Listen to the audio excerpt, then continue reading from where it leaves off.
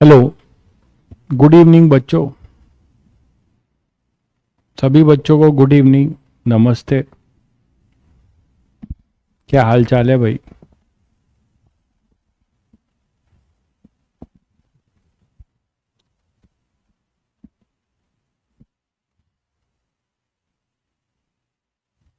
Audio video clear है बच्चों? एक बार कंफर्म करिए।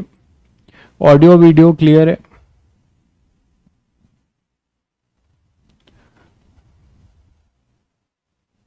ऑडियो वीडियो क्लियर है बच्चों? एक बार कंफर्म कर दीजिए।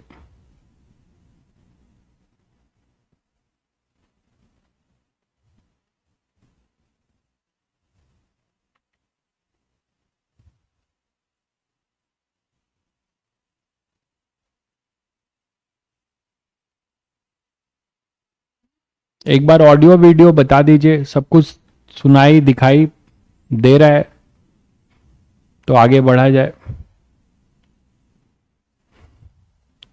सभी बच्चों को सुनाई और दिखाई दे रहा है प्रॉपर? ओके, चलिए ठीक है बच्चों, चलिए आगे बढ़ते हैं। तो कल हम लोगों ने वाईडीएससी का एक फंडामेंटल देखा कि हमारा जो यंग्स ने जो अपना एक्सपेरिमेंट किया था उसकी जो स्टैंडर्ड सेटअप थी वो क्या थी। ठीक है, वो उन्होंने पिन होल, अच्छा मैंने आप लोगों को बताया था कि जो फ्रिंजेस बनेगी वो रेक्टेंगुलर आपको दिख रही थी, है ना। एक्चुअली क्या है कि अगर आप वहां पर रेक्टेंगुलर स्लिट के जगह पे एक पिन होल डाल देते हो तो पैराबोलिक बनेगा। फ्रिंजेस जो है अपना पैराबोलिक बनेगा अगर हमारा क्या हो जाए, रेक्टेंगल के जगह पे रेक्टेंगुलर स्लिट जो आपने काटी थी उसके जगह पे एक होल डाल देते हो, दो होल डाल देते हो, तो आपको क्या मिलने जा रहा है? आपको मिलने जाएगा पैराबोलिक। तो उस पर हम अलग से भी बात करेंगे।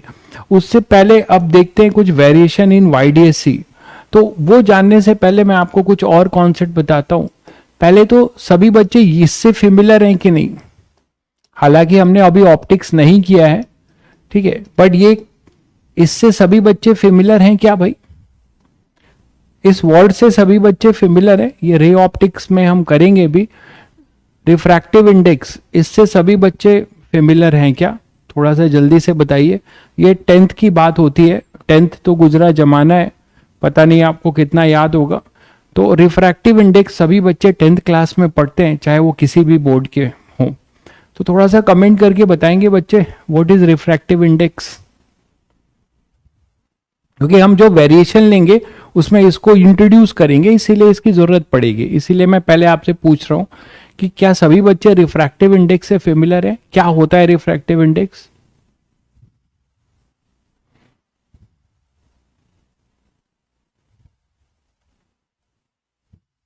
ईएम वेव की सीट के जगह पे आप पीवाईक्यू सॉल्व करिए। जो जेई मेंस एक्सक्लूसिव टॉपिक है, मैं यही रिकमेंड करूंगा आपको कि आप पीवाईक्यू सॉल्व करिए। उन स्ट्रिक्टली जो जेई मेंस के हैं, केवल और केवल उसके पीवाईक्यू कर लीजिए। और हाँ ठीक है, सीट नहीं मिलेगी ईएम वेव की। डीपीपी के लिए देखता हूं, डीपीपी दे दूंगा। तो अपने पास रिफ्रैक्टिव इंडेक्स क्या होता है ये सभी को पता है, mu equal to C by V, ये सबने पढ़ रखा है ना। Ratio of speed of C क्या है? स्पीड ऑफ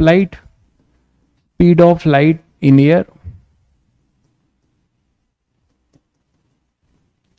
और वी अपना है speed of light in medium, जिस मीडियम का ये म्यू है। Speed of light in medium, ये क्लियर है बच्चों? ये क्लियर है सभी को? भूल गए? ये भी भूलने वाली बात है, तो चलो याद दिला दे रहा हूं। Mu equal to C by V dimensionless quantity है ना। Ratio of speed of light in air upon speed of light in medium. ठीक है, अब म्यू अपने पास आ गया है। अगर मैं इसी में बोला जाए, ये कहलाता है एब्सोल्यूट रिफ्रैक्टिव इंडेक्स, है ना। दो चीजें, म्यू को यहां पे आप क्या बोलोगे? ये एब्सोल्यूट रिफ्रैक्टिव इंडेक्स है। This is your absolute refractive index.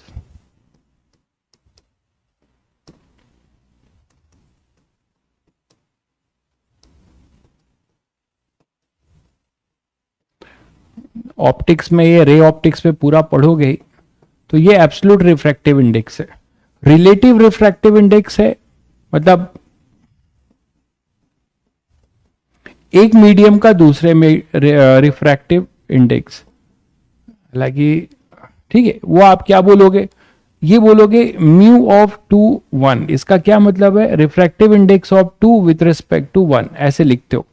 Relative का मतलब एक मीडियम के रिस्पेक्ट में हम दूसरे मीडियम का रिफ्रैक्टिव इंडेक्स अगर निकालना चाहें, जैसे आप स्पेसिफिक ग्रेविटी की बात करते हो, स्पेसिफिक ग्रेविटी आप केमिस्ट्री में भी करते हो। स्पेसिफिक ग्रेविटी क्या है, डेंसिटी ऑफ एनी मीडियम या density of any object with respect to water, तो that is your relative density या स्पेसिफिक ग्रेविटी। उसी तरीके से यहां पे भी रिलेटिव रिफ्रैक्टिव इंडेक्स आप ये बोलोगे, इसको आप ऐसे लिखोगे mu of 2 upon mu of 1। Mu 2 क्या लिख सकते हो, म्यू 2 क्या लिख सकते हो, म्यू 2 अपना है c अपॉन उस मीडियम की वेलोसिटी v2।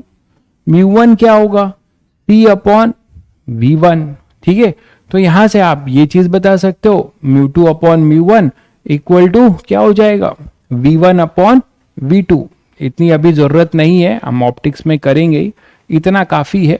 ठीक है, तो ये अपना रिफ्रैक्टिव इंडेक्स, इसकी जरूरत पड़ेगी, इसीलिए मैंने आपको ये थोड़ा सा ब्रीफ कर दिया।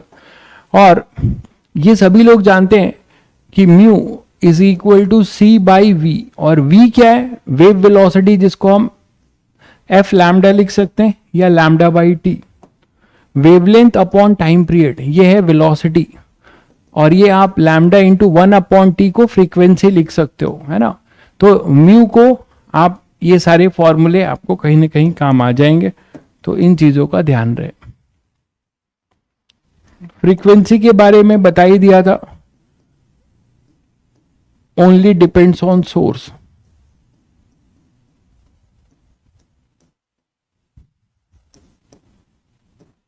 Not on medium. मीडियम पे डिपेंड नहीं करेगा फ्रीक्वेंसी, तो एफ आपका होगा v बाई लैम्डा, यही ना। ये अगर कांस्टेंट है, अगर आपका सोर्स फिक्स है तो ये कांस्टेंट रहेगा, ये दोनों चेंज होंगे, so that the ratio will remain constant.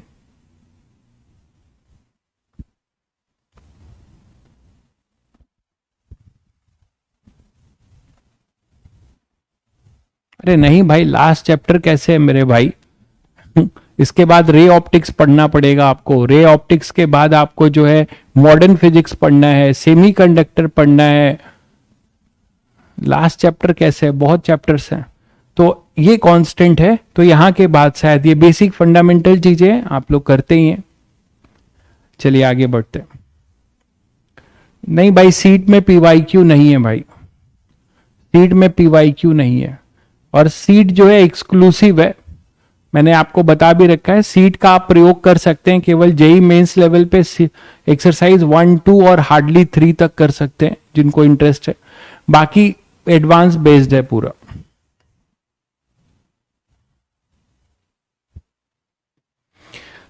तो नेक्स्ट एक और कॉन्सेप्ट लेते हैं जिसका हम आगे यूज करने जा रहे हैं, वो है concept of optical path length. Optical path length, concept of optical path length. Optical path length क्या होता है, समझिए ध्यान से। इतना तो सभी बच्चे जानते हैं कि कोई लाइट अगर मीडियम चेंज करती है तो क्या होता है, बेंडिंग ऑफ लाइट होने लगती है। क्यों, क्योंकि उसकी वेलोसिटी चेंज होती है। ये तो बहुत 9th में 10th में पढ़ाया जाता है, फिर भी जान लीजिए अभी रे ऑप्टिक्स में आप पूरा पढ़ेंगे भी कि कोई लाइट अगर आ रही है और किसी एक मीडियम से दूसरे मीडियम में जा रही है तो वो बेंड होगी। अगर डेंसर मीडियम है तो बेंडिंग टुवर्ड्स द नॉर्मल होगी, अगर रेयरर है तो bending away from the normal होगी, और अकॉर्डिंगली फिर आप मीडियम को डेंसर और रेयरर बोलते हो। ये सब खैर यहां इसकी जरूरत नहीं है, ठीक है। आपको इतना जरूर पता है कि ऑप्टिकल पाथ लेंथ में मैं क्या बोल रहा हूं कि मान लो हमारे पास एक ग्लास का स्लैब है, कोई भी स्लैब हो सकता है किसी भी मीडियम का, मैंने ग्लास का लिया है। मान लीजिए ग्लास का कोई स्लैब है,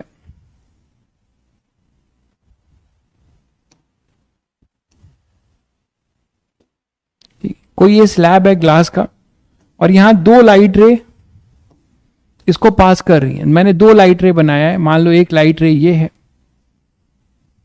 वो ऐसे जा रही है, और दूसरी लाइट रे ऐसे चली जा रही है। ये सभी को मैं क्लियर करके बता चुका हूं कि लाइट रे में हम स्ट्रेट लाइन पाथ दिखाते हैं एक बस रिप्रेजेंटेशन के लिए, और ये स्ट्रेट लाइन जो है क्या बताता है, direction of propagation of wave. Actually ये वेव है ना, लेकिन हम स्ट्रेट लाइन दिखाते हैं, मतलब हम उस डायरेक्शन में दिखाते हैं रे को जिस डायरेक्शन में इसका प्रोपागेशन हो रहा है। ठीक है। अच्छा, लेक्चर में प्रॉब्लम हो रहा है क्या भाई, और वीडियो नहीं आ रही क्या? थोड़ा सा कमेंट करके बताइए। बाकी बच्चों को क्या वीडियो स्मूथली नहीं मिल रही है?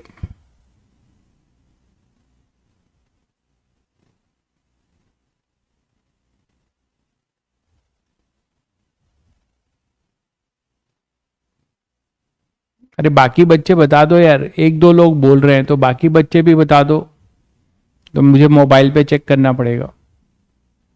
लैग कर रहा है क्या?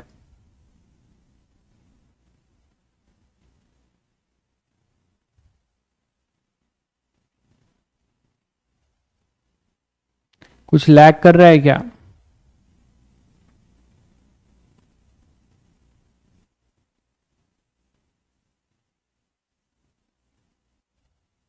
एक मिनट।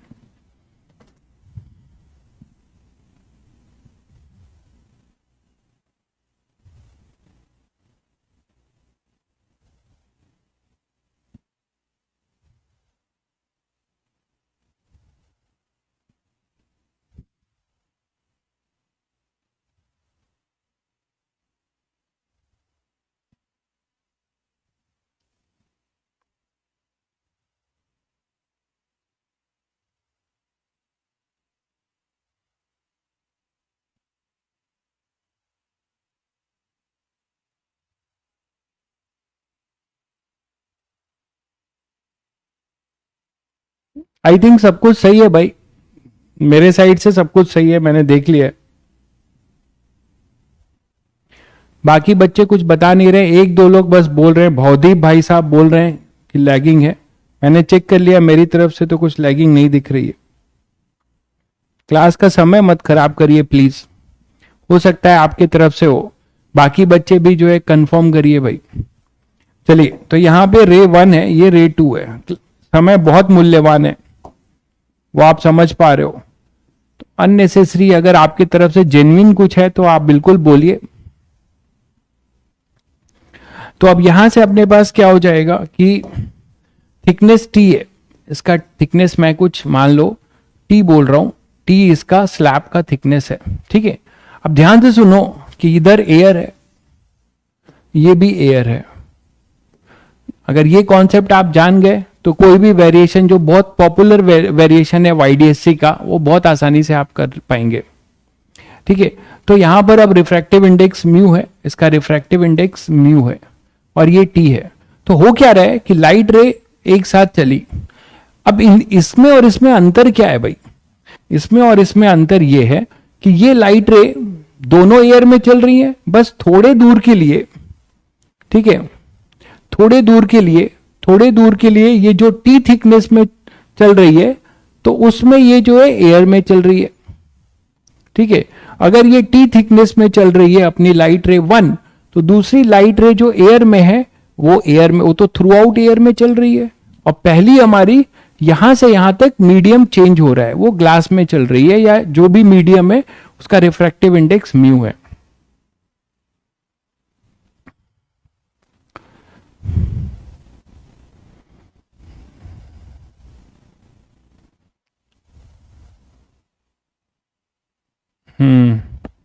वीडियो लैग कर रहा है, बहुत बच्चे तो लिख रहे हैं, मतलब कुछ प्रॉब्लम है।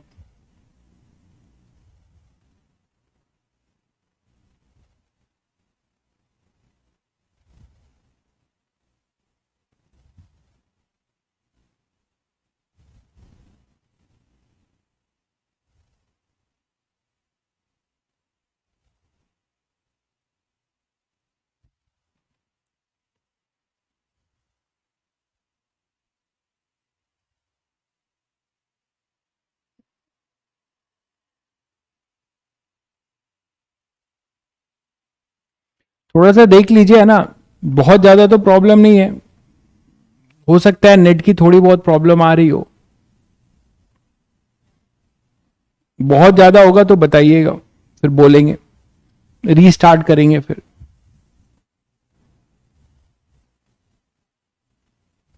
ठीक है, थोड़ा सा वेट कर लीजिए, देख लीजिए। आपके साइड से बहुत ज्यादा प्रॉब्लम आ रहा है, रुकिए फिर बोलता हूं। 1 मिनट वेट करिए, फिर बोलता हूं।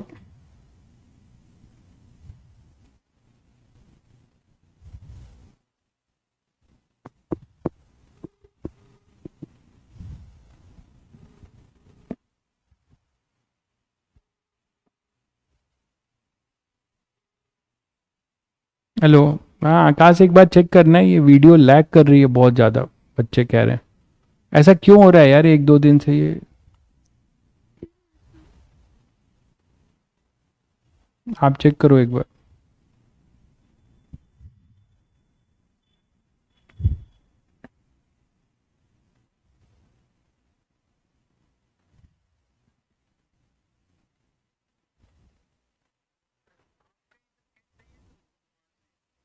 हाँ इंटरनेट तो मे बी अब अभी तुरंत क्या हुआ, अब इसके पहले 2 क्लास तो स्मूथली चली थी।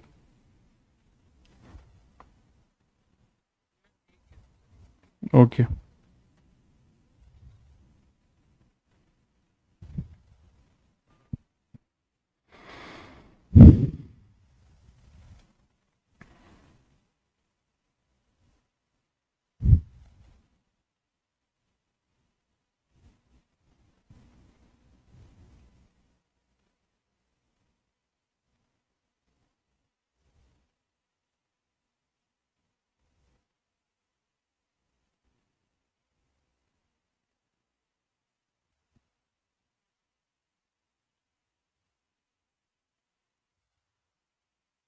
बोल दिया है भाई, है ना, थोड़ा सा वेट कर लीजिए, देखते हैं।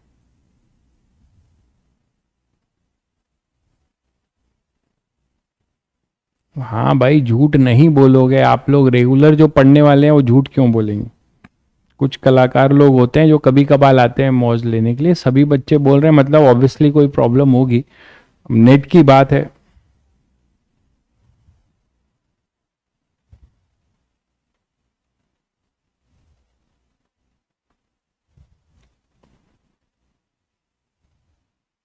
एक बार रीज्वाइन करेंगे क्या सभी लोग।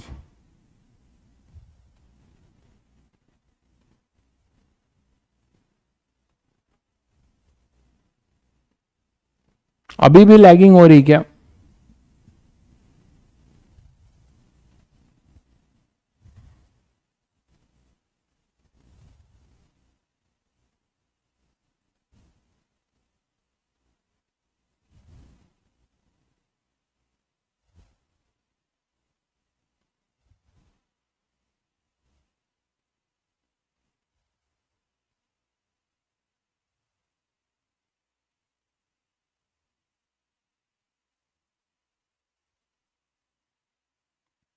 ठीक है, स्टार्ट करते हैं, आप बताइएगा, ठीक है। थोड़ा वेट कर लीजिए, कंटिन्यू करते हैं।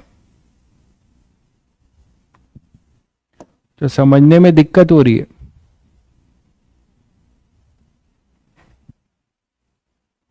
नाउ क्लियर है। प्लीज एक बार जल्दी बताइए।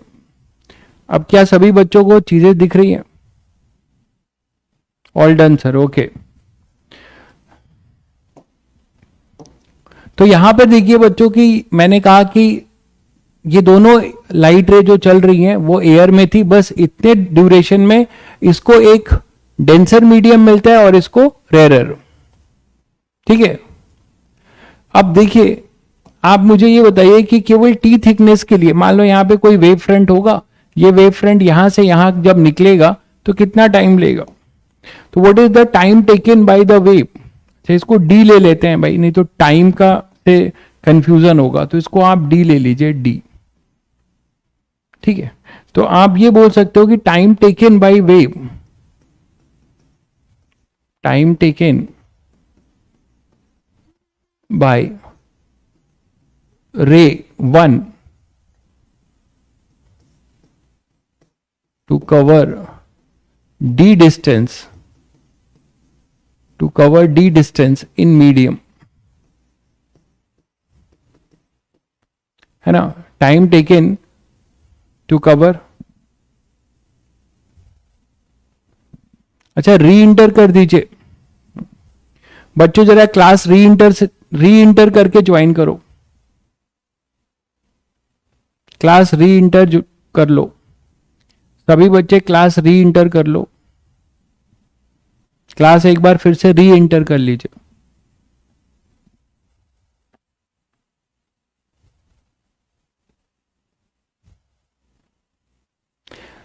प्लीज सभी बच्चे क्लास री इंटर करिए।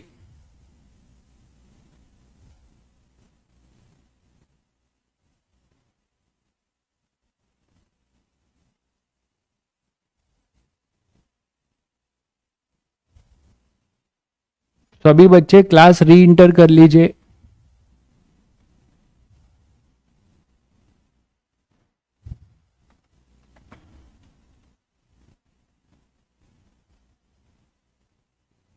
सभी बच्चों ने री इंटर कर लिया, अब बताइए सब ठीक है?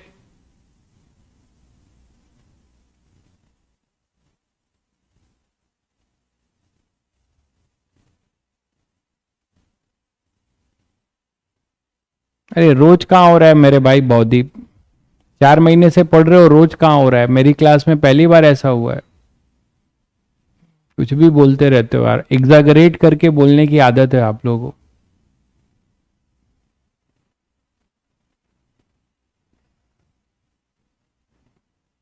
क्लियर है बच्चों? आगे बढ़े।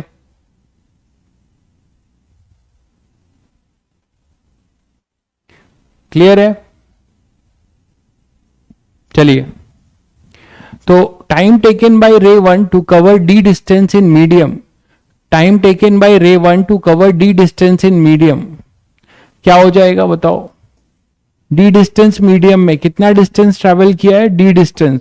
तो क्या लिखने वाले हो? टाइम। मान लो टाइम t1 है, टी टाइम है, तो टी टाइम क्या लिखोगे? Distance upon speed in medium, speed of light रे इन दिस मीडियम, ठीक है, स्पीड ऑफ लाइट रे इन द मीडियम। तो v को क्या लिखोगे? अभी अभी आपने पढ़ा है mu is equal to C by V, है ना। इसमें जो स्पीड होगी अपनी वो क्या होगी? v स्पीड से चल रहा होगा ये वेव फ्रंट, है ना। तो v को हम क्या लिख सकते हैं? v को हम लिख सकते हैं c बाई म्यू। तो what is the time? t हमारे पास आ गया,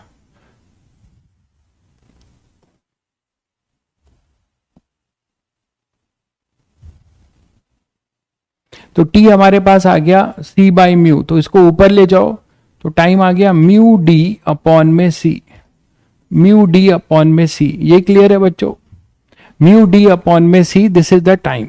अब ध्यान से सुनिएगा, इतने टाइम अगर हम इस रे 2 को देते हैं जिसका वेव फ्रंट अभी मान लो कहीं पर होगा, इस रे 2 को जो टी टाइम, ध्यान से फिर से सुनिए, जो टी टाइम इस रे 1 ने इस मीडियम में ट्रेवल करने में लगाया है, उतना ही टाइम इसको जो मिला है, तो इसने एयर में कितना डिस्टेंस ट्रेवल किया है, ठीक है, उतना एयर से, एयर में ट्रेवल करके उसको कितना, उतने टाइम में इसने एयर में, रे 2 ने एयर में कितना डिस्टेंस ट्रेवल किया है वो निकाल सकते हैं।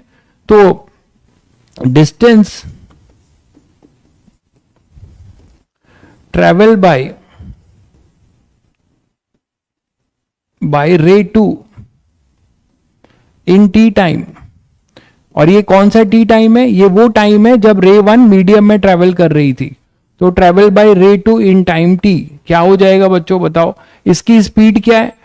इसकी स्पीड क्या है? c, speed of light in air, वो c है। तो क्या हो जाएगा? c इंटू,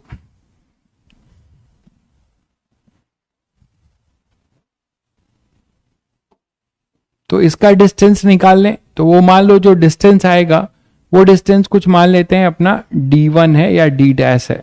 तो d डैश क्या लिखोगे? Speed c into time t, इसी टाइम।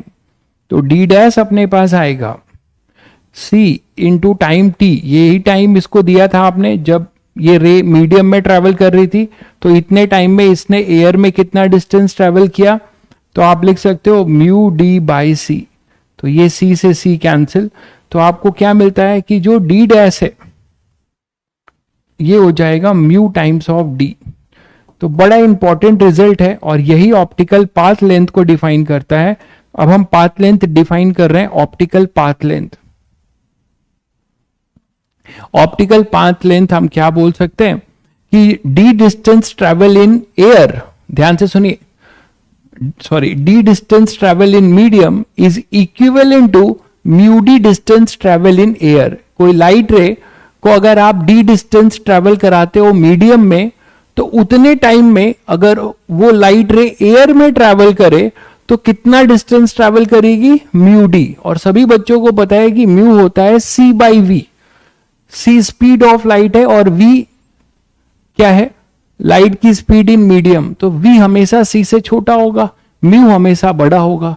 तो आपने क्या देखा कि अगर किसी लाइट रे को अगर हम डी डिस्टेंस मीडियम में ट्रेवल कराएं तो हमें उतनी टाइम में इसको अगर हम मौका दें कि तुम एयर में ट्रेवल करो तो ज्यादा डिस्टेंस ट्रेवल करेगी, वो लाइट रे अपनी ज्यादा डिस्टेंस ट्रेवल करेगी। क्लियर है? तो जब वो ज्यादा डिस्टेंस ट्रेवल करेगी तो ये हम बोल सकते हैं कि mu the distance travel in क्या हो जाएगा, mu the distance travel in air is equivalent to the distance travel in medium. Clear है बच्चों सभी को? ठीक है, तो ये ध्यान रखने वाली बात है आगे के लिए, मतलब ये ध्यान रखना है तुम्हें, ये मैं नोट करके लिख दे रहा हूं कि ऑप्टिकल पाथ लेंथ में कि the distance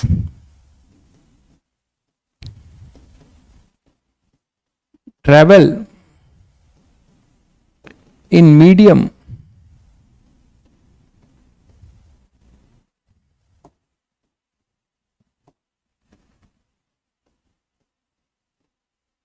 is equivalent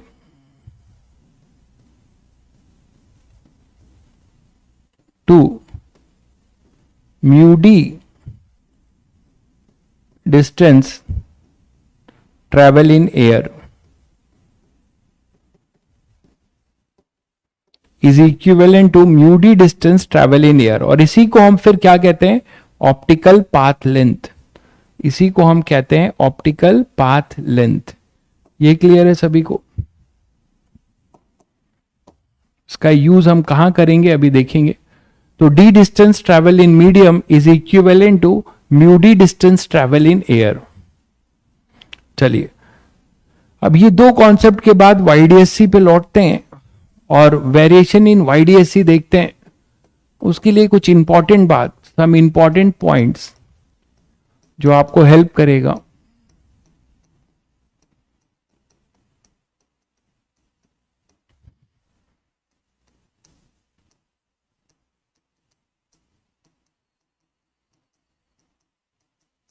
question में तो पहला ये है, ये सब क्वेश्चन ही है जो इंपॉर्टेंट, हर पॉइंट एक क्वेश्चन है जो कई बार घूम फिर के आए हुए हैं, है ना।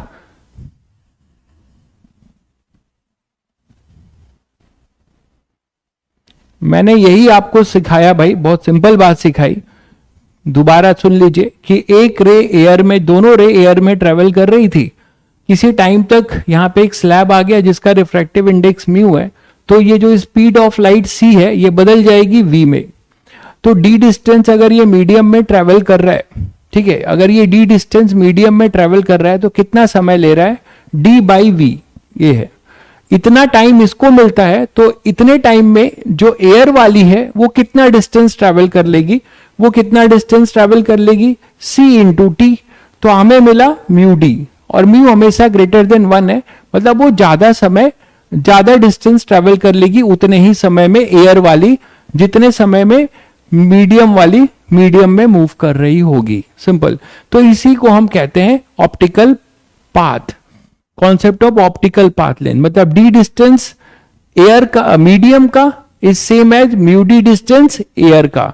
डी डिस्टेंस मीडियम का is equivalent to mu the distance air का। ठीक है, चलिए तो सब इंपॉर्टेंट पॉइंट इन YDSC में पहला ये है, कल हम लोग ने देखा था कि फ्रिंज विड्थ का formula d lambda by D, this is your fringe width, है ना, ये अपना फ्रिंज विड्थ है। यार भाई इस तरीके के क्वेश्चंस, इस तरीके के कमेंट दागते हो तो बहुत ज्यादा जो है कलेश मचता है दिमाग में। जल्दी रे ऑप्टिक्स शुरू करें, तो क्या इसको मैं छोड़ दूं? आपको इसको आता है, छोड़ दूं इसको मैं? आपको रे ऑप्टिक्स जल्दी शुरू करना है तो जल्दी शुरू करके क्या हो जाएगा आप बताइए? आप मतलब ये आपका ये वेब ऑप्टिक्स आपको नहीं मिलेगा भाई? इस तरीके की बकवास क्या मतलब है सब करने का? आपने पढ़ रखा है तो आप फिर अभी जाइए अपना कुछ और प्रैक्टिस करिए, जब रे ऑप्टिक्स आएगा तो आप आ जाइएगा। आप अपना समय क्यों बर्बाद कर रहे हैं? मतलब इस तरीके की अगर स्ट्रेटजी से कुछ होने वाला नहीं है, आप रे ऑप्टिक्स में बोलोगे कि इसको जल्दी खत्म करो, मॉडर्न फिजिक्स जल्दी शुरू करो, क्या लेना देना है यार इन सब से? आप क्या पढ़ाई पढ़ रहे हो? आपको जल्दी और इसकी मची हुई है। आप बहुत सारे ऐसे प्लेटफॉर्म है जहां पे जल्दी जल्दी सब हो जाता है, आप वहां से मजे ले लो, क्या दिक्कत है? यही जल्दी खत्म कर दूंगा तो उल्टा बोलोगे कि सब कुछ पढ़ाया ही नहीं इसने। तो W equal to D lambda by D, ठीक है। तो अब यहां पर अपने पास क्या है होगा कि ये फ्रिंज विड्थ था, तो हमें ये बोलना है कि इफ द होल एपरेटस, देखिए पहला वेरिएशन क्या ले रहे हैं कि आपसे ऐसा क्वेश्चन पूछा भी गया है, जेईई एडवांस में मल्टी करेक्ट में आया है, मेंस में डायरेक्ट पूछा गया है कि इफ होल YDSC apparatus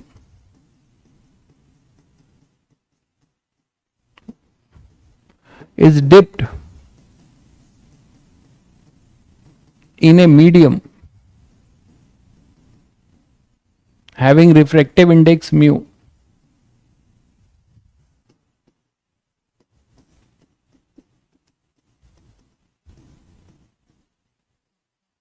ठीक है। तो आप देखिए फ्रिंज विड्थ का क्या इफेक्ट होगा, इफेक्ट ऑन फ्रिंज विड्थ देख रहे हैं।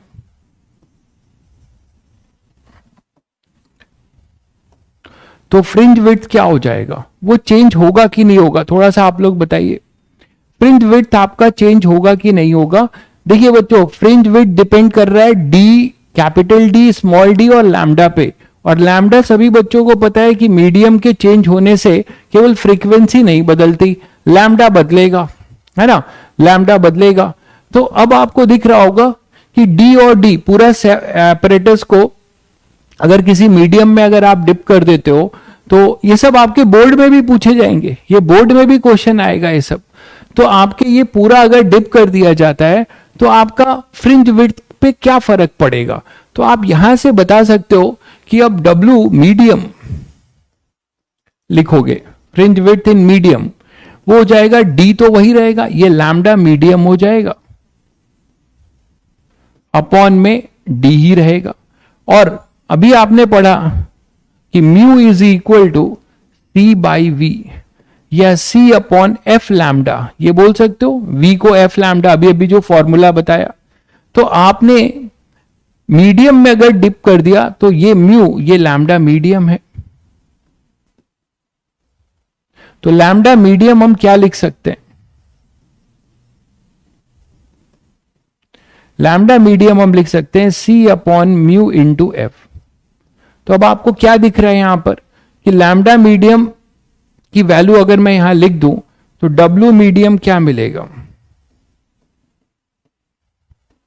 वो मिलेगा D बाई डी, अच्छा C अपॉन म्यू क्या है? लैम्डा एयर अपॉन में म्यू, C अपॉन F जो है ये C अपॉन में F, C अपॉन में F एक तरीके से लैम्डा एयर है या नहीं है? लैम्डा इक्वल टू क्या बताया था?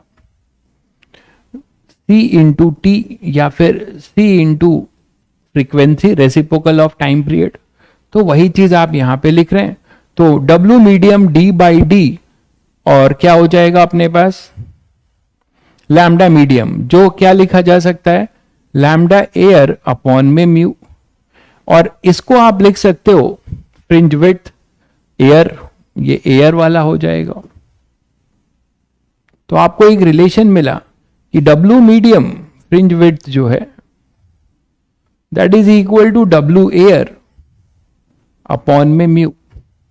तो फ्रिंज विड्थ अपना चेंज हो जाएगा और वो आप देख रहे हो कि कम हो जाएगा, म्यू ग्रेटर देन 1 है हमेशा। तो W मीडियम है ना लेस देन W एयर, ठीक है। तो फ्रिंज विड्थ आपकी कम हो जाएगी। हाँ, F आपकी फ्रीक्वेंसी है भाई, F अपना फ्रीक्वेंसी है, ये जो अभी अभी बताया कि it is the property of source only, ये मीडियम पे डिपेंडेंसी नहीं रखेगा। तो W मीडियम अपने पास ये आ जाएगा W एयर अपॉन म्यू। तो if whole YDSC apparatus is dipped in a medium having refractive index mu, तो your fringe width will change, और वो कैसे चेंज होगा, डिक्रीज कर जाएगा, ठीक है। तो ये पहला पॉइंट था।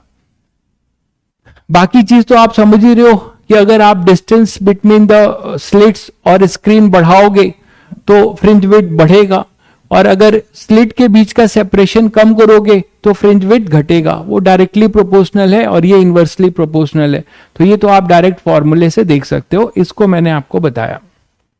नेक्स्ट इंपॉर्टेंट चीज इसमें आपको ये ध्यान रखना है कि मान लीजिए मोनोक्रोमेटिक के जगह पे व्हाइट लाइट यूज हो गई, मान लीजिए मोनोक्रोमेटिक के जगह पे व्हाइट लाइट आपकी यूज हो जाएगी, तो क्या हो जाएगा वो भी आपको ध्यान रखना चाहिए, कई बार पूछा गया है। तो instant of monochromatic light if white light is use, ठीक है, अगर कोई व्हाइट लाइट यूज हो जाएगा तो क्या चेंज होगा ये आपको बताना है। थोड़ा सा बताएंगे, किसी को कुछ आइडिया है क्या? व्हाइट लाइट अगर यूज करते हो इंस्टेड ऑफ मोनोक्रोमेटिक, यंग्स ने तो व्हाइट लाइट यूज किया था। अच्छा, फ्रिंज विड्थ की, एंगुलर फ्रिंज विड्थ भी आपने देखा था, उस पर कोई डिस्कशन करें। एंगुलर फ्रिंज विड्थ वो तो आप उसको भी बता ही सकते हो, वो भी चेंज हो जाएगा, ठीक है। तो एक भाई कर रहा है स्प्लिट्स इनटू 7 कलर। भाई स्प्लिट्स इनटू 7 कलर जो होता है उसको हम कहते हैं डिफ्रैक्शन, सॉरी प्रिज्म में अगर आप रिफ्रैक्शन, ठीक है। तो रिफ्रैक्शन जब हम पढ़ेंगे तो आपको splitting of light into 7 colour, that is your refraction, ठीक है। तो रिफ्रैक्शन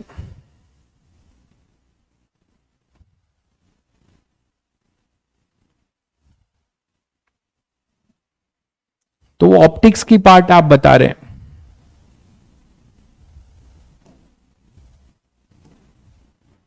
तो यहां पे अब देखिए क्या लिख रहे हैं कि इफ, सेकेंड पॉइंट है, if white light is used, ये सब थ्योरेटिकल चीजें हैं, आपको ध्यान जाननी चाहिए। If white light is used instead of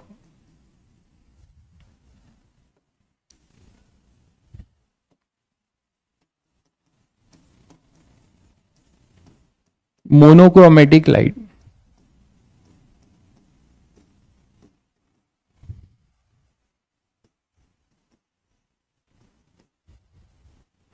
if white splitting of light into 7 colour, Vinay भाई वो हम पढ़ेंगे रे ऑप्टिक्स में, वो अलग होता है, उसे हम कहते हैं डिस्पर्जन ऑफ लाइट, ठीक है। रिफ्रैक्शन अलग होता है, डिस्पर्जन अलग होता है, और डिफ्रैक्शन अलग होता है। डिफ्रैक्शन हम पढ़ेंगे वेव ऑप्टिक्स में, रिफ्रैक्शन और डिस्पर्जन पढ़ेंगे रे ऑप्टिक्स में। तो if white light is use instead of monochromatic light source, then maxima आपको सेंट्रल ब्राइट फ्रिंज आपको दिखेगी, a white patch at the centre of the screen. मतलब आप ये बोल सकते हो centre of screen is white and is surrounded by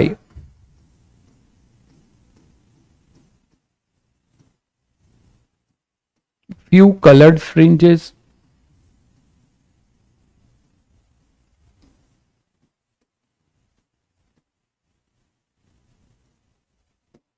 ठीक है। तो अगर आप व्हाइट लाइट यूज करते हैं तो आपको सेंट्रल मैक्सिमा जो है व्हाइट नजर आएगा, और उसके बाद उसके सराउंडिंग में आपको कुछ क्या मिलेगा, कलर्ड फ्रिंजेस मिलेंगे, और कंटिन्यूसली वो पैटर्न आपका धीरे धीरे डिक्रीज होता जाएगा।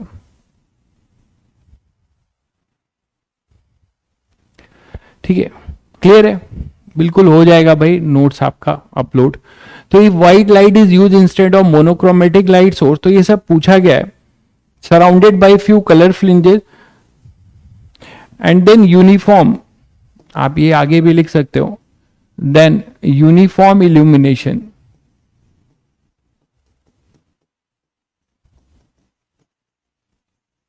Due to overlapping of fringes.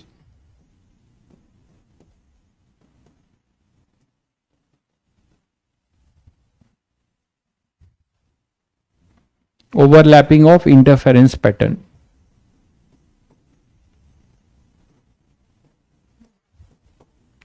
तो ये एक पॉइंट आपसे पूछा जाता है कि मान लो जो YDSC में यंग्स ने व्हाइट लाइट यूज किया था, व्हाइट लाइट के जगह सॉरी मोनोक्रोमेटिक यूज किया था, हम 7 कलर वाली लाइट यूज करेंगे तो क्या हो जाएगा। तो हमें ये देखने को मिला कि हमारा जो सेंटर है स्क्रीन का वो व्हाइट है, मतलब सेंट्रल मैक्सिमा व्हाइट रहेगा, उसके बाद it is surrounded by some few coloured fringes, और धीरे धीरे धीरे फिर वो क्या हो जाएगा, धीरे धीरे फिर वो क्या हो जाएगा, अपना इंटरफेरेंस पैटर्न अपना यूनिफॉर्म हो जाएगा। ठीक है, ये सेकेंड पॉइंट है। थर्ड पॉइंट है जो काफी इंपॉर्टेंट है। ठीक है, कभी कभी आपसे पूछा जाता है कि इन मेनी न्यूमेरिकल प्रॉब्लम, मैं ऐसे ही लिख रहा हूं,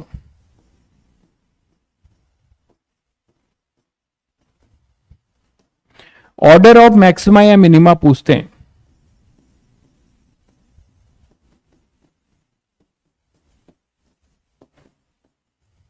ऑर्डर ऑफ मैक्सिमा और मिनिमा,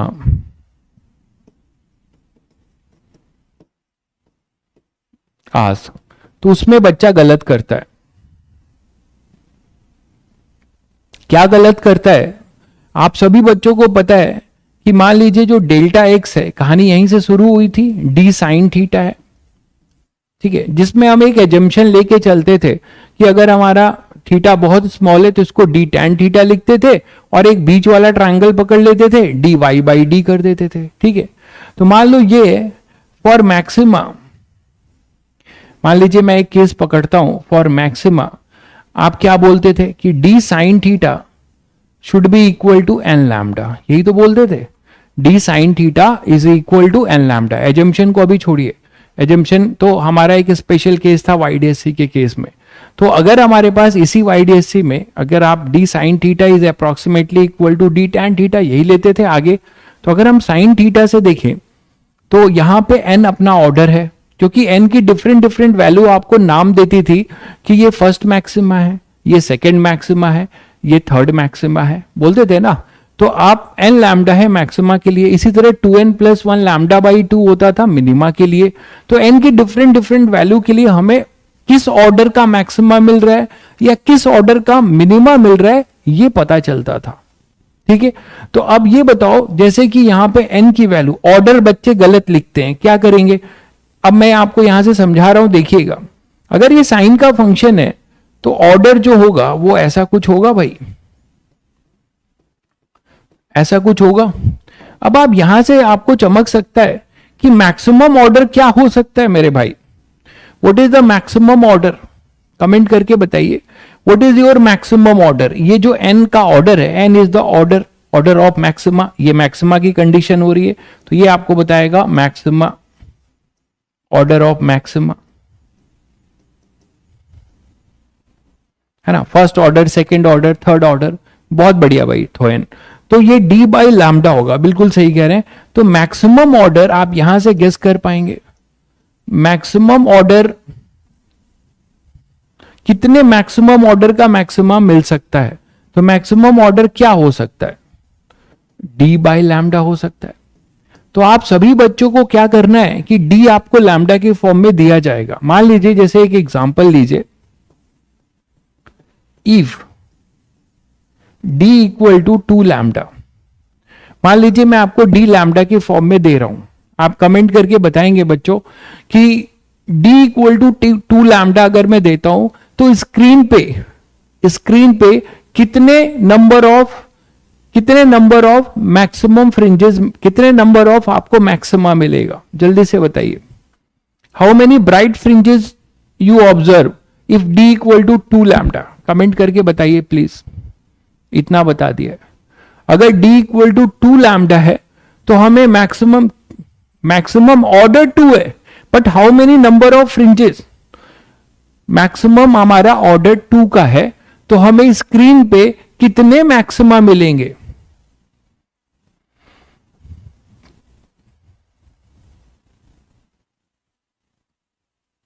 बहुत बढ़िया भाई भौदीप, आपने केवल सही आंसर दिया है, बिल्कुल सही है। बाकी बच्चे 3 लिख रहे हैं, ठीक है। 3 नहीं होगा मेरे भाई, यही चीज तो इसीलिए तो पढ़ाया जा रहा है, और इसीलिए आप यहां पढ़ के ये सब चीजें पढ़ रहे हैं, तो आपको कुछ एक सीखने को मिल रहा है। d इक्वल टू 2 लैम्डा करते हो तो n मैक्सिमम ऑर्डर कितना है, 2 है, मतलब सेकंड ऑर्डर का मैक्सिमा मिलेगा, है ना। तो यहां से आपको n मिल रहा है 2, मतलब सेकेंड ऑर्डर मैक्सिमा, मतलब स्क्रीन पे ज्यादा से ज्यादा ये मैक्सिमम है, ये मैक्सिमम ऑर्डर है।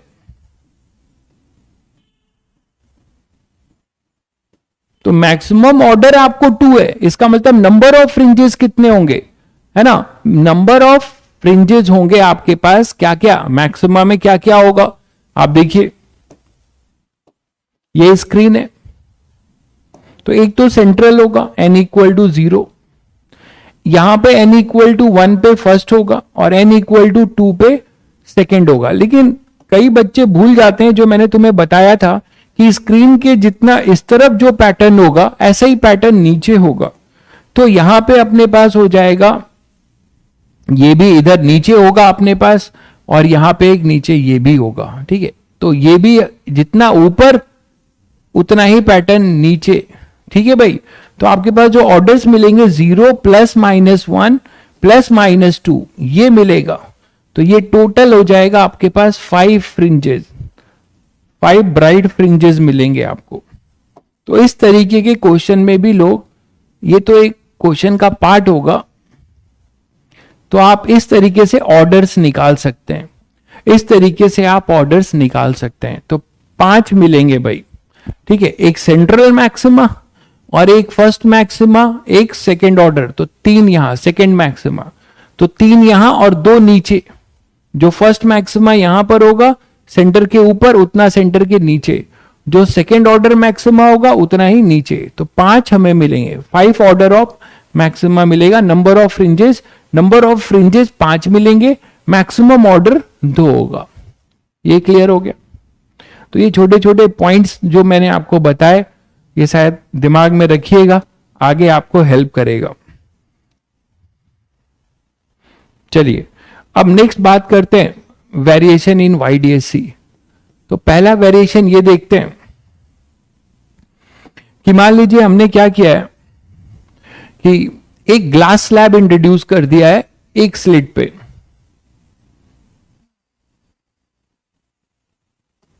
Case of glass slab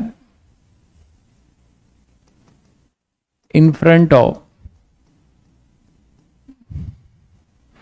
one of the slit। Variation शुरू हो रहा है, कैसे कैसे वेरिएशन YDSC में हो सकते हैं, ये सारे वेरिएशन एक क्वेश्चन है, ये सारे वेरिएशन आपके क्वेश्चन है सर, ठीक है। तो सारे वेरिएशन ये आपके क्वेश्चंस हैं, तो मैं एक तरीके से सारे क्वेश्चन ही हैं, आपको एज इट इज मिलेगा, न्यूमेरिकल वैल्यू डालनी होगी बस। तो case of glass slab in front of one of the slit, 2 में भी हो सकता है कॉम्प्लिकेटेड में। तो हमने एक YDSC सेटअप लिया और इस YDSC सेटअप में एक कुराफात किया, स्टैंडर्ड जो YDSC है उसमें से छेड़छाड़ किया, और हमने क्या किया, एक में जो है ग्लास स्लैब लगा दिया, एक के सामने हमने एक छोटा सा ग्लास स्लैब लगा दिया।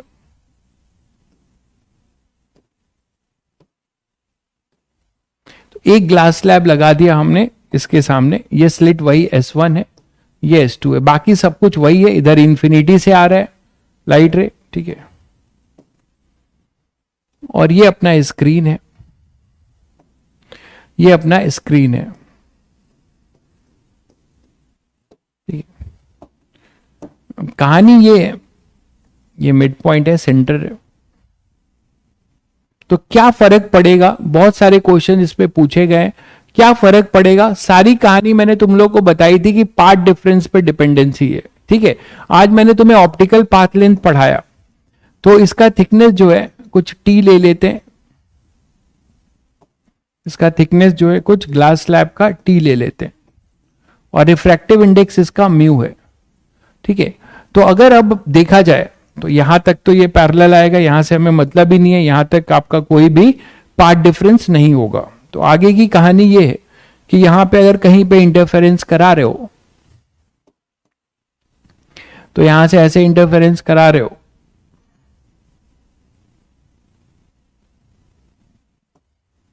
किसी पी पॉइंट पे, तो देखते हैं कि अब क्या कहानी होगी। क्या हम सारे फॉर्मूले एज इट इज लगा सकते हैं जो हमने स्टैंडर्ड वाईडीएससी में पढ़ा है? नहीं, पार्ट डिफरेंस अब बदल जाएगा, है ना। पार्ट डिफरेंस कैसे बदल जाएगा और पार्ट डिफरेंस लिखेंगे कैसे? देखिए, मैं जो आपको मेथड बताने जा रहा हूं वो यूनिक होगा, ठीक है। और अगर आप उसको फॉलो करते हैं तो आपको कभी दिक्कत नहीं होगी। बाकी दुनिया जहान जो है बहुत अलग अलग तरीके से चीजों को बताती है। आप एक चीज बताइए कि पार्ट डिफरेंस बढ़ेगा घटेगा, अब इसमें तुम लोग परेशान होने लगे, उसे भूल जाइए, कुछ मत सोचिए। आप बस एक बात सुनिए ध्यान से, अगर आपको मीडियम होमोजीनियस नहीं है, कहां तक का नहीं है? इतना, ये टी थिकनेस, हाँ ये अलग बात है कि ये टी बहुत छोटा है, तो ये रे इधर जाए ऐसे इंक्लाइंड या स्ट्रेट जाए, उससे कोई बहुत फर्क नहीं पड़ना। तो यहां पर इतना जो है वेव फ्रंट जो यहां से यहां गया होगा मीडियम में, ये वाली को हमें एक्स्ट्रा टाइम मिला होगा क्या करने के लिए? एयर में चलने के लिए, ठीक है। तो अब आप क्या करोगे, कभी भी आपको पाथ डिफरेंस लिखना है तो सबसे पहले आप दोनों लाइट को एक मीडियम में लिखोगे। दोनों लाइट की लेंथ, ध्यान से सुन लीजिए, दोनों लाइट की जो लेंथ है वो आप एक मीडियम में लिखो और उसका डिफरेंस ले लो, और वो कॉमन मीडियम होगा अपना एयर, ठीक है। तो मीडियम को होमोजीनियस बनाओ। तो सबसे पहले मैं आपको नोट करके लिख ही दे रहा हूं, ये ध्यान रखिएगा, ये मेरा कॉन्सेप्ट, आपको कभी परेशान नहीं होना पड़ेगा कि कौन बड़ा है कौन छोटा है। क्यों? क्योंकि मैं यहां म्यू1 कर दूंगा, यहां म्यू2 कर दूंगा, अब आपकी बत्ती गुल हो जाएगी। फिर म्यू1 और म्यू2 कर दूंगा तो म्यू2 को म्यू1 से माइनस करेंगे या क्या, बहुत सारी प्रॉब्लम्स आएंगी। तो मैं आपको क्या बता रहा हूं, while writing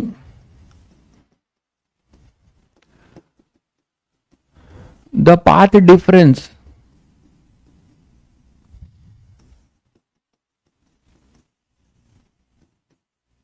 of two light ray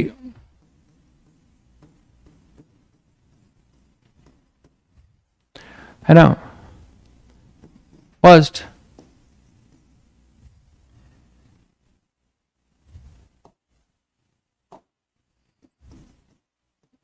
make the medium homogeneous. इसका मतलब अगर आप नहीं समझ पाएंगे तो difference of two light ray, right the total or equivalent distance travel in air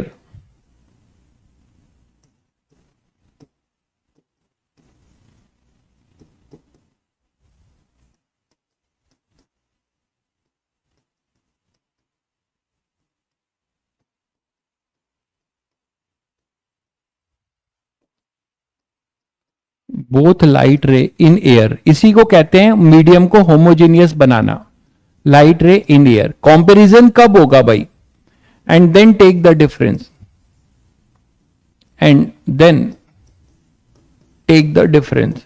अगर आप इतनी सी बात जान गए और concept of optical path length जान गए तो आपको कभी ऐसे क्वेश्चन आपके लिए एक पीस ऑफ केक होगा, कभी परेशान नहीं करेगा आपको ऐसे क्वेश्चन, ठीक है।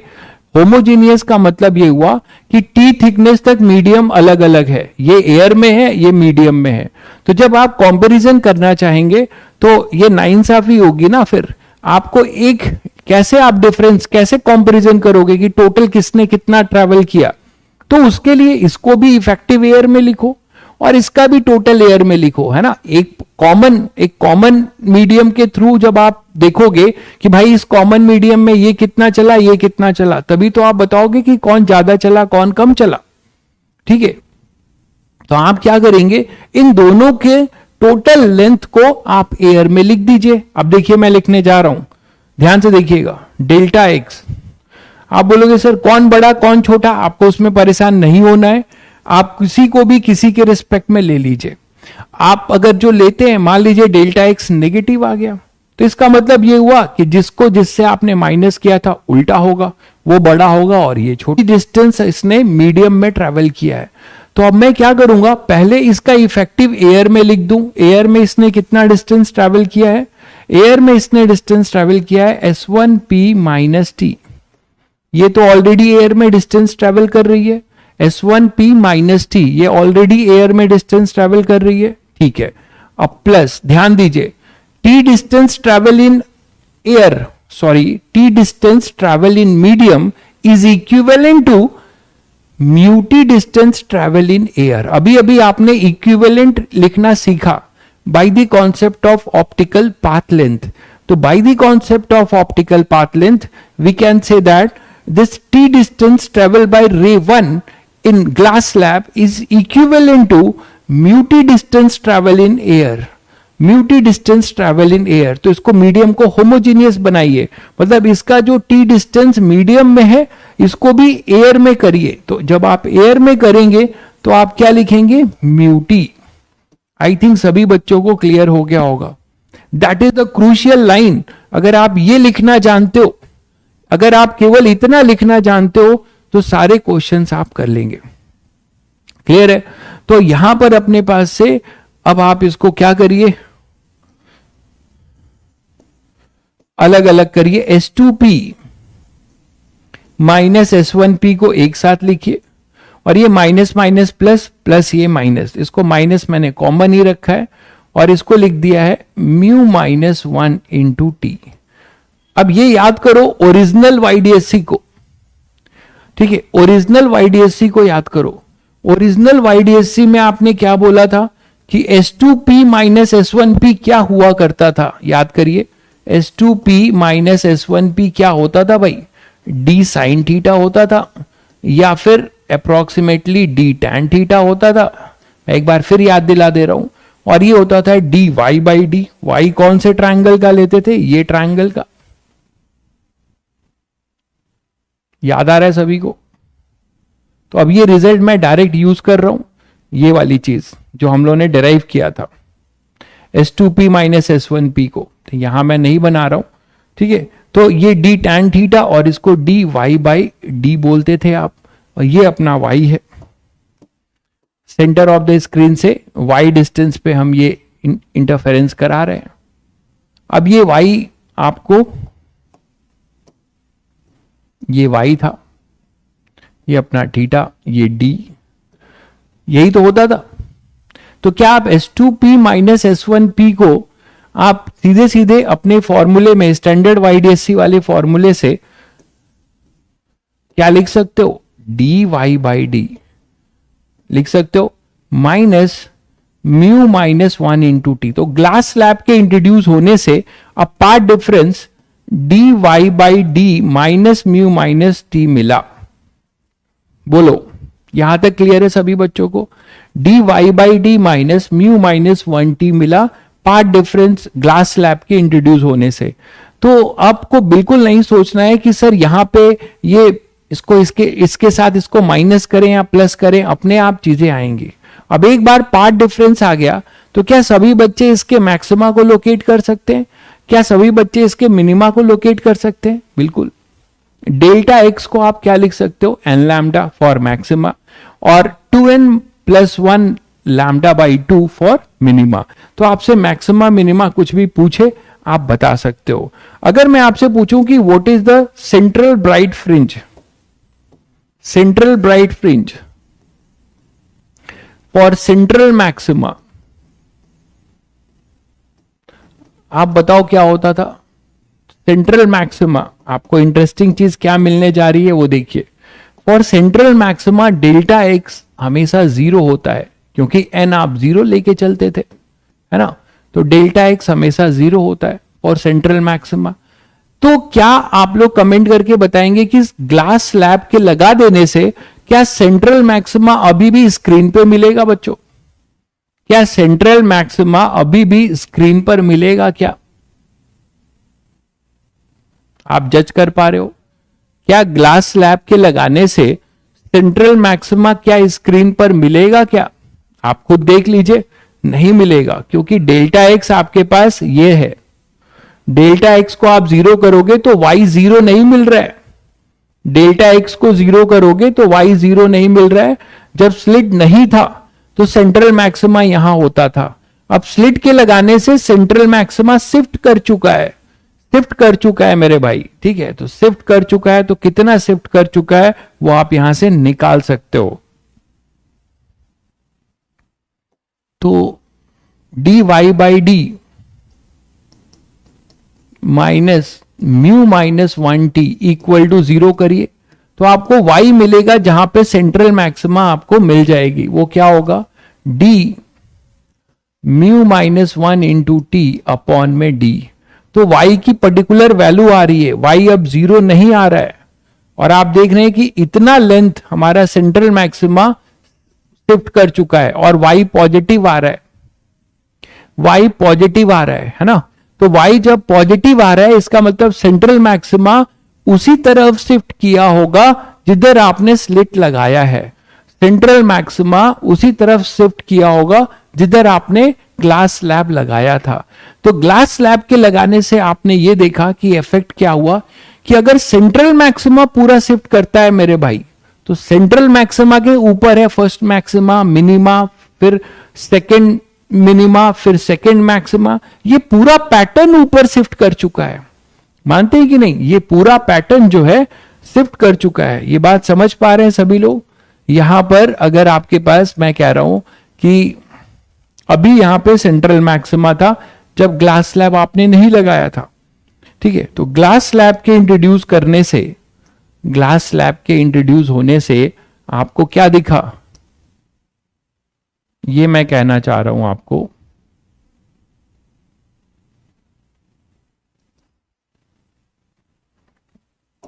कि अभी अपने पास ये ओरिजिनल था, ये S1 था, ये S2 था, तो पार्ट डिफरेंस 0 होता था। कैसे होता था ये आप देख पा रहे हो कि जो भी अपनी लाइट रे यहां से यहां पे आ रही है, चाहे यहां से यहां, ये दोनों इक्वल होती थी, है ना? ये दोनों जो है इक्वल होंगे भाई। तो S1C इक्वल टू S2C था, डेल्टा एक्स 0 था, है ना? तो यहां पे सेंट्रल ब्राइट फ्रिंज मिलती थी सेंटर ऑफ द स्क्रीन पे। लेकिन स्लिट के लगाने से क्या हुआ, और इधर फर्स्ट मैक्सिमा, है ना, इधर सेकंड, यहां पे क्या होगा, यहां पे फर्स्ट मैक्सिमा, यहां पे सेकंड मैक्सिमा। अब ये पूरा पैटर्न ऊपर शिफ्ट कर गया तो क्या हो जाएगा? सेंट्रल मैक्सिमा जब ऊपर शिफ्ट कर गया इसका मतलब ये सब भी ऊपर शिफ्ट करेंगे। तो ग्लास स्लैब के लगाने से ये जो आपने फिर क्या किया, ग्लास स्लैब का इफेक्ट देखिए, जिधर आपने ग्लास स्लैब लगाया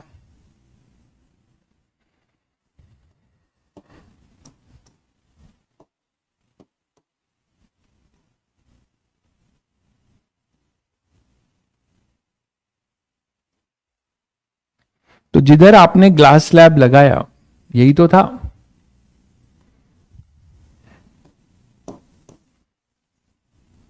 और यहां आपने ग्लास स्लैब लगा दिया था।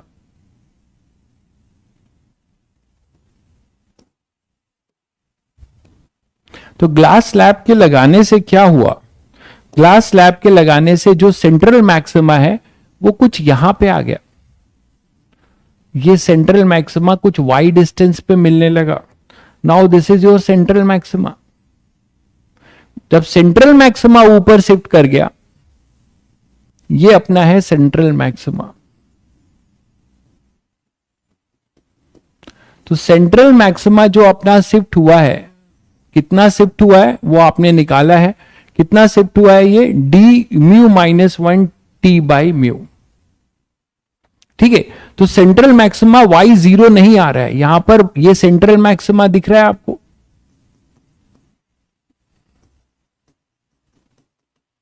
जहां पर y जीरो था भाई, डेल्टा x जीरो है ना, यहां पे डेल्टा x जीरो है, मतलब D Y by D zero है, मतलब y जीरो था, यही तो था ना भाई,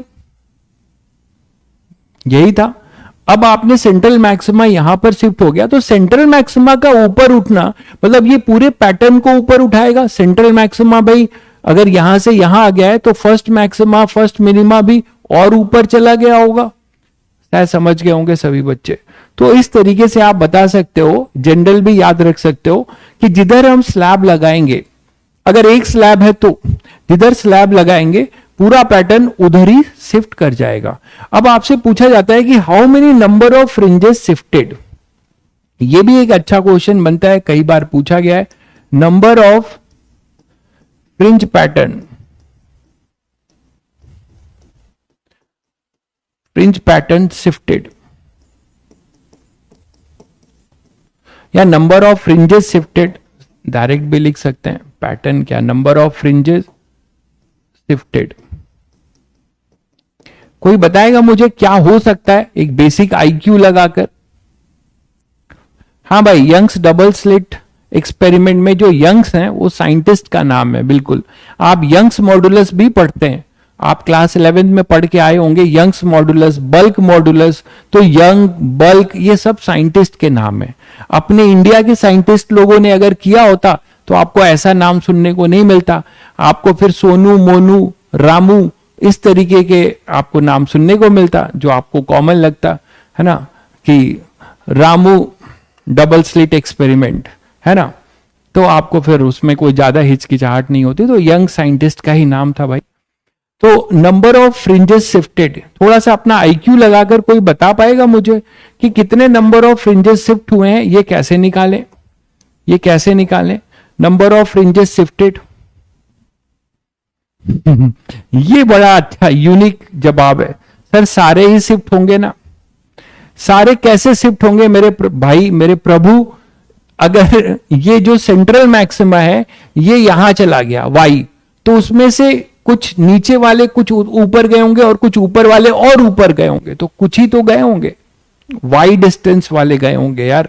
तो सबसे अच्छी बात है, आप कैसे निकाल सकते हो, दो मैक्सिमा के बीच या दो मिनिमा के बीच की दूरी कितनी होती है, W, फ्रिंज विड्थ से याद करो, और टोटल Y है, तो Y में क्या रहा होगा, W W W। आप किसी मैक्सिमा को पकड़ो, है ना, तो Y लेंथ में कितने मैक्सिमा रहे होंगे या कितने मिनिमा, या तो आप मैक्सिमा से बात कर लो या मिनिमा से। दो कंसेक्यूटिव मैक्सिमा की दूरी को हम W कहते हैं। तो हम ये बोल सकते हैं कि नंबर ऑफ फ्रिंज शिफ्टेड का एक फॉर्मूला बना सकते हैं हम लोग कि नंबर ऑफ, कभी आपसे पूछा जाए तो नंबर ऑफ फ्रिंज शिफ्टेड, उसमें आप क्या करिए, जो आपका y है, टोटल जो आपकी शिफ्टिंग हुई है ना, उसमें से फ्रिंज विड्थ को डिवाइड कर दीजिए। फ्रिंज विड्थ को आप क्या कर दीजिए, डिवाइड कर दीजिए, ये तो कर सकते हैं, है ना। नंबर ऑफ फ्रिंज शिफ्टेड जो होगा वो हो जाएगा y upon W, y upon W। मतलब इस y में हमें नहीं पता ना कि कितने ऑर्डर के मैक्सिमा या कितने ऑर्डर के मिनिमा रहे होंगे पहले यहां पर। अब ये ऊपर उठ गया, ये y ऊपर उठ गया, तो इस y के दौरान इधर देखो, यहां सेंट्रल हुआ करता था, अब यहां पर यहां पर यहां पर ये जितने भी मैक्सिमा होंगे वो W W W W, तो NW मिलकर Y होगा, NW मिलकर Y होगा। तो हम नंबर ऑफ कितना पैटर्न शिफ्ट हुआ है हम Y अपॉन क्या लिख सकते हैं, W। तो Y आपने निकाला है, it is D mu minus 1 T by D, और W क्या था, D lambda by D, D lambda by D।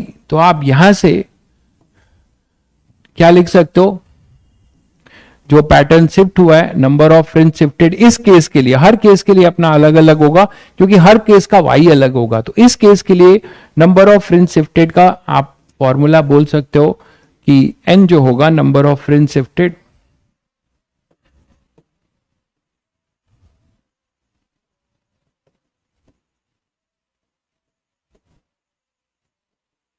वो अपने पास आ जाएगा कितना, mu minus one into T upon में लैम्डा।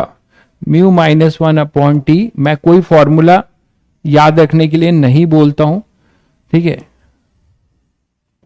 बाकी आपकी मर्जी है। आप फंडामेंटल आप जानते हो तो वहां से आप कर सकते हो।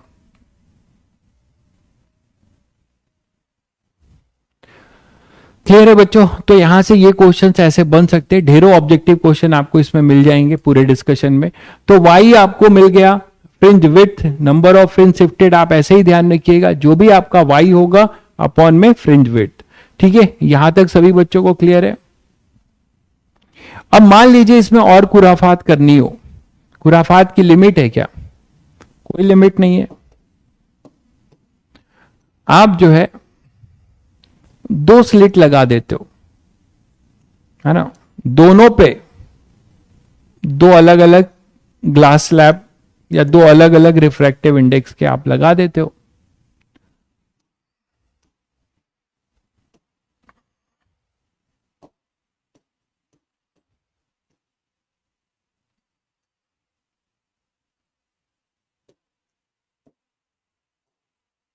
ठीक है, दो अलग अलग लगा दिया आपने, ये S1 ये S2, और अब सारी कहानी इसी तरीके से आपसे बोल दी गई कि कहीं पे ये सेंट्रल मैक्सिमा है, कहीं पे आप अब यहां पे मान लो इंटरफेरेंस करा रहे हो।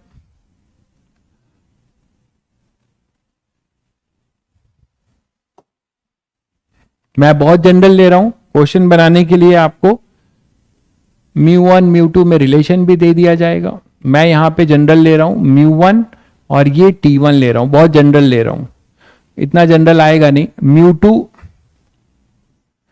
इन दोनों में सब में रिलेशन पूछा जा सकता है, T2, तो कॉन्सेप्ट इंपॉर्टेंट है। ठीक है, अब आपसे ये सब चीजें ऐसे पूछी जा रही है। ऋषि भाई की फरमाइश थी दोनों में रखिए ग्लास स्लैब, तो आपकी फरमाइश मैंने पूरी की। ठीक है, चलिए देखिए, तो अब यहां पे कहानी क्या होगी, कैसे लिखेंगे पार्ट डिफरेंस। किसी बच्चे को अब कोई टेंशन नहीं होगी मेरी उस पॉइंट को अगर ध्यान देता है तो। ठीक है, क्या कि आप जब भी कोई भी पार्ट डिफरेंस लिखते हैं तो दोनों के टोटल पाथ को एयर में लिखो, दोनों के टोटल पाथ को एयर में लिखो। ऐसा करते वक्त कहीं आपको लगे कि कुछ डिस्टेंस वो मीडियम में ट्रैवल किया है तो उसका इक्विवेलेंट डिस्टेंस एयर में लिख दो। ठीक है, तो चलिए अब लिखते हैं। सारी कहानी पार्ट डिफरेंस पे ही डिपेंड करती है, सारी कहानी पार्ट डिफरेंस पे ही डिपेंड करती है। केस व्हेन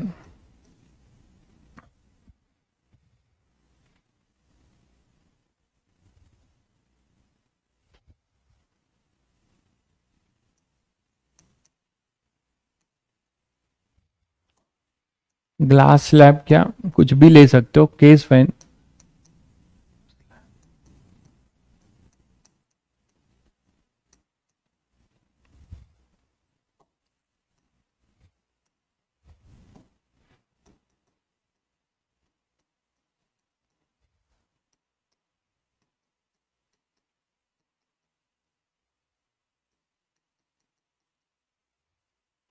ठीक है, तो ये कहानी है, इसकी एनालिसिस करते हैं अब इस केस पर। तो अब क्या होगा कि अगर आप लिखना चाह रहे हो डेल्टा एक्स, चलिए लिखना शुरू करते हैं। ठीक है, आप बोलो सर किसको बड़ा माने, मैंने आपको बोला बेधड़क हो जाओ, किसी को किसी से माइनस करो। ठीक है, किसी ने लिखा है S1P minus T1 plus S2P minus, नहीं भाई गलत लिखा है आपने भाई उपेंद्र, थोड़ा और देखिए। तो देखिए यहां पर क्या हो जाएगा, S2P मैं यहां से शुरू कर रहा हूं रे 2 और ये रे 1 से, अरे यार ये रे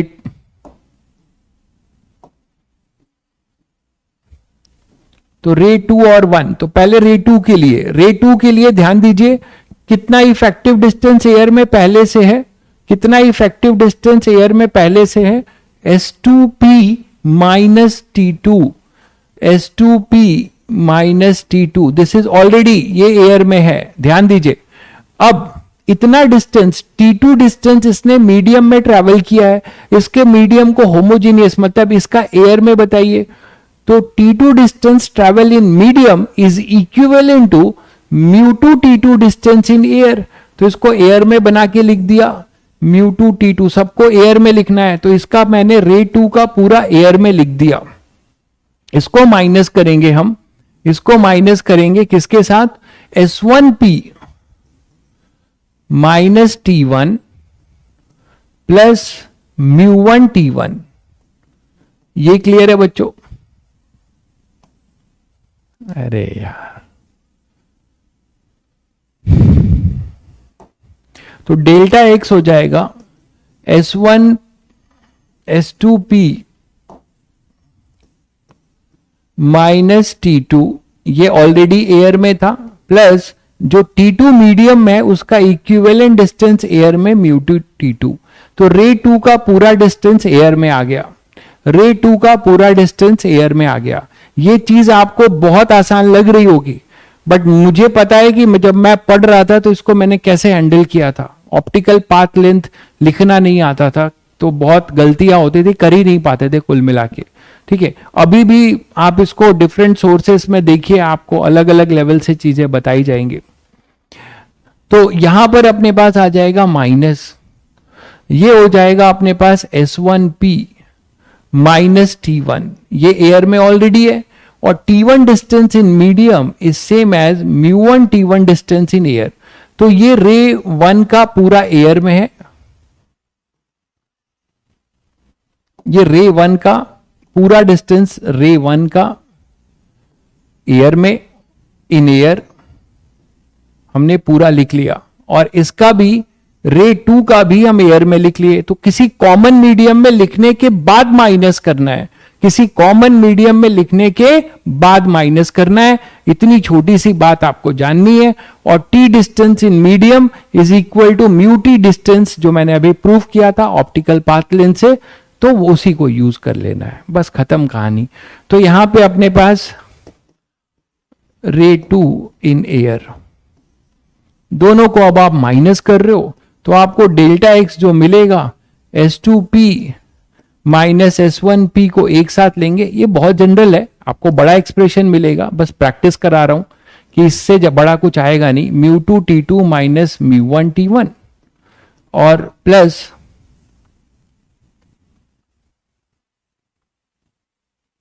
या माइनस T2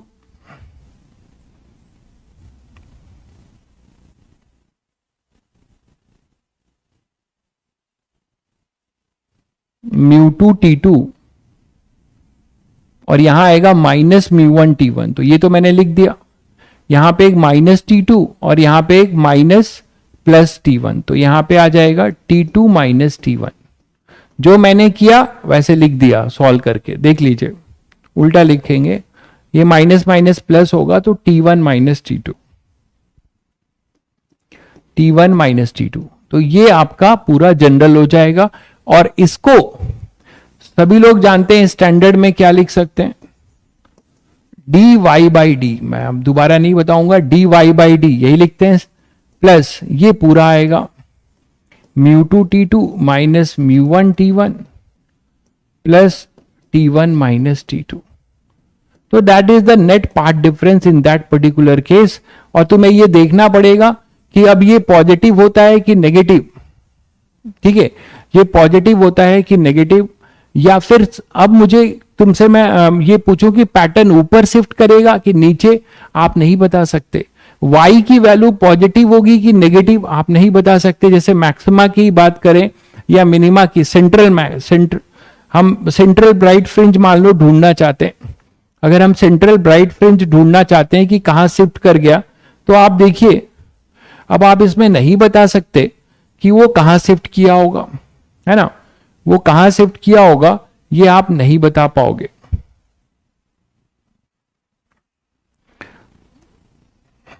उसके लिए कंडीशन होगी। वो कंडीशन क्या होगी आप लोग शायद समझ गए होंगे। वो डिपेंड किस पे करेगा?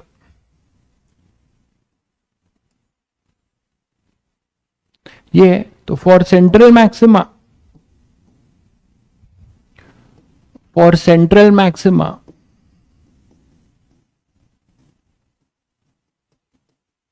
पाथ डिफरेंस हमेशा 0 होगा। तो जब इसको आप लोकेट करोगे तो आपको क्या मिलेगा? D Y by D plus mu two T two minus mu one T one plus T one minus T two is equal to 0। तो y की वैल्यू निकाल लीजिए। y आपको क्या मिलेगा यहां से सॉल्व करके? तो डी वाई बाई डी, इसको इधर भेजोगे तो mu one T one minus mu two T two लिख सकते हैं, है ना। और इसको इधर भेजोगे तो ये माइनस और ये माइनस माइनस हम लिख सकते हैं T one minus T two. ठीक है, तो y जो अपने पास आएगा वो आएगा d by D mu one T one minus mu two T two minus T one minus T two, और ये पूरा ऐसा होगा। ये आएगा सेंट्रल मैक्सिमा की पोजीशन। अब देखो यहां पे, नहीं भाई अभी आप कुछ नहीं बोल सकते, ये भी है और ये भी है, तो ये पूरी वैल्यू पॉजिटिव आएगी। आप नहीं जानते कि ये प्रोडक्ट बड़ा होगा कि नहीं, इसमें अपने आप कैलकुलेट करने पे आपको मिलेगा। अगर y पॉजिटिव मिलता है तो ऊपर शिफ्टिंग है, अगर आपका नीचे मिलता है तो negative. Mu one mu two पे डिपेंडेंसी तब आप डायरेक्ट बोल सकते हो एक स्पेशल केस में। क्या है वो स्पेशल केस? वो स्पेशल केस ये है, इसमें अगर मैं बोलूं if T1 equal to T2 equal to T, अब क्वेश्चन को रिड्यूस कर रहा हूं, केस को रिड्यूस कर रहा हूं, ठीक है। प्लस होगा दोनों ब्रैकेट के बीच में, इसको इधर ले गया तो ये माइनस एडजस्ट कर दिया, नहीं भाई प्लस नहीं होगा। इसको इधर ले गया तो ये माइनस एडजस्ट किया है मैंने, आप यहां ध्यान नहीं दे रहे हो। Mu one T one minus, ये माइनस एडजस्ट कर दिया मैंने, और इसको जब इधर ले गया तो यहां का जो माइनस है वो एज इट इज रहने दिया, तो आई थिंक सही है, ठीक है। तो if T1 equal to T2 equal to T, then your y for central maxima, your position will be for central maxima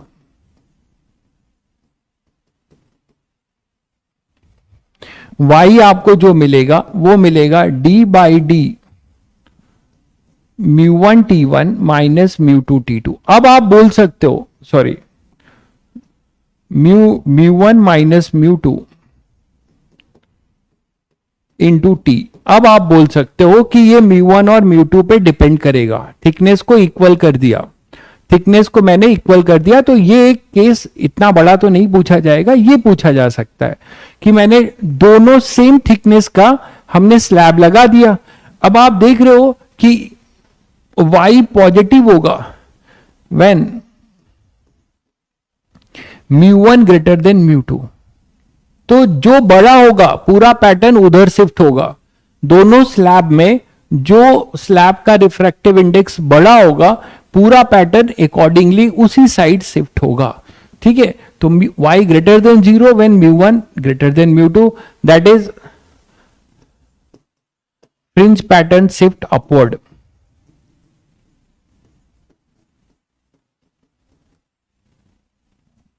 तो फ्रिंज पैटर्न जो आपका होगा वो अपवर्ड शिफ्ट होगा,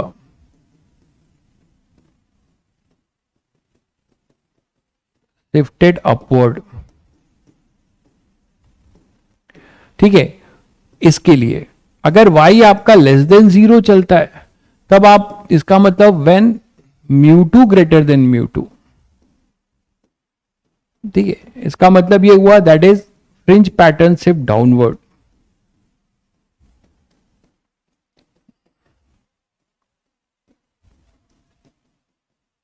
शिफ्टेड डाउनवर्ड, शायद सभी बच्चे समझ गए। फिर अगर T1 T2 भी होगा तो आप कुछ बोल नहीं सकते, आपको पूरा वैल्यू दी जाएगी, आपको कैलकुलेट करना पड़ेगा, है ना। और कैलकुलेट करने के बाद अपने आप पॉजिटिव या नेगेटिव आएगा।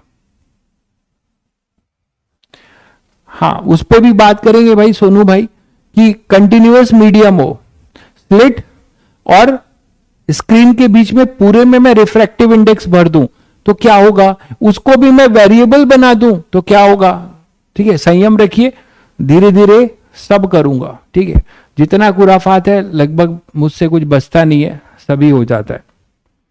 तो आज के लिए इतना ही बच्चों, ठीक है, आज के लिए इतना ही, पढ़ के आइएगा चीजों को। और वेरिएशन अभी बहुत सारे हैं YDSC में, तो और भी वेरिएशंस करेंगे। ठीक है, तो आज मैंने आपको जो है बहुत ही सिंपल तरीका बताया कि कैसे पार्ट डिफरेंस लिखेंगे कॉम्प्लिकेटेड में। आप इसको फील करना चाहेंगे कि ये कितना सिंपल है, उसके लिए आप किसी और का और कहीं और से जो है देखिएगा कि वो कैसे बताया जाता है।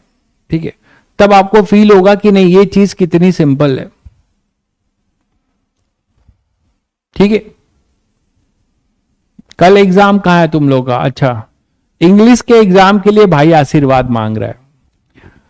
हाँ, मैं समझ सकता हूं कि इंग्लिश के लिए आशीर्वाद की जरूरत है, क्योंकि एक रात की पढ़ाई करनी पड़ती है इंग्लिश में, और उसमें भी आपको जो है क्या करना पड़ता है, अगर कोई स्टोरी है तो केवल उसके कैरेक्टर्स के नाम याद रखने पड़ते हैं, और बाकी कहानी तो हम खुद लिखते हैं। ठीक है, कैरेक्टर के एटलीस्ट नाम सही होने चाहिए, बाकी उसका कैरेक्टर तो हम डिसाइड करेंगे, लेकिन एटलीस्ट कैरेक्टर का नाम सही होगा तो एग्जामिनर कैरेक्टर का नाम देखेगा तो लगेगा कि नहीं चलो वही लिखा है। ठीक है, समझते हैं, हमारे साथ भी ऐसा समय गुजरा है इंग्लिश के साथ। डोंट वरी, सब पार हो जाएगा ये सब। ठीक है, चलिए फिर मिलते हैं फिर कल। ठीक है बच्चों।